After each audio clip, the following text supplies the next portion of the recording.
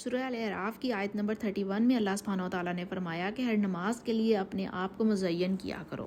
تو زینت اس چیز کو کہتے ہیں جسے آرائش کی جائے، جیسے لباس۔ ابن عباس رضی اللہ تعالیٰ عنہ کہتے ہیں کہ جاہلیت کے زمانے میں لوگ کعبے کا طواف ننگے کرتے تھے۔ اللہ سبحانہ و تعالیٰ نے اسے منع فرمایا اور حکم دیا کہ جب طواف کو یا مسجد میں نماز کو آؤ تو لباس پہن کر آؤ، ننگے نہ آؤ۔ اس سے نماز میں پردے کی چیزوں کا ڈھانکنا فرض ہو گیا۔ اہل علم کے نزدیک ہر نماز میں عورت کا ستر فرض ہے، خواہ آدمی تنہا ہی کیوں نہ ہو۔ بعض نے کہا کہ آرائش سے مراد کنگھی کرنا اور خوشبو لگانا ہے، مگر صحیح بات یہ ہے اور اگر کنگھی کر بھی لائی اور خوشبو لگا بھی لی جائے تو آرائش پر آرائش ہے۔ اسی آیت میں جہاں کھاؤ اور پیو کا ارشاد ہے تو اس سے مقصود اللہ کی نعمتوں سے فائدہ اٹھانا ہے، یعنی پاکیزگی اور ستھری چیزوں سے جو اللہ سبحانہ و تعالیٰ نے تمہارے لیے پیدا کی ہیں اس سے مطمئن ہو جاؤ اور اللہ کا شکر ادا کرو۔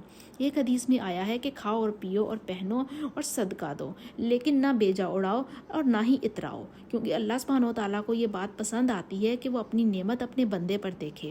جس طرح تو یہ بات رزق کے کھانے پینے کی اجازت ہے، اس طرح بیجا اڑانے کی ممانعت بھی ہے، یعنی بے ضرورت کھانا، یہ شکم سیری کی حالت میں کھانا، یعنی پیٹ بھرا ہوا ہے پھر بھی کھاتے جانا، یہ افراد داخل اسراف ہے۔ یہ آیت اسراف کرنے والوں کے حق میں ایک وعید ہے۔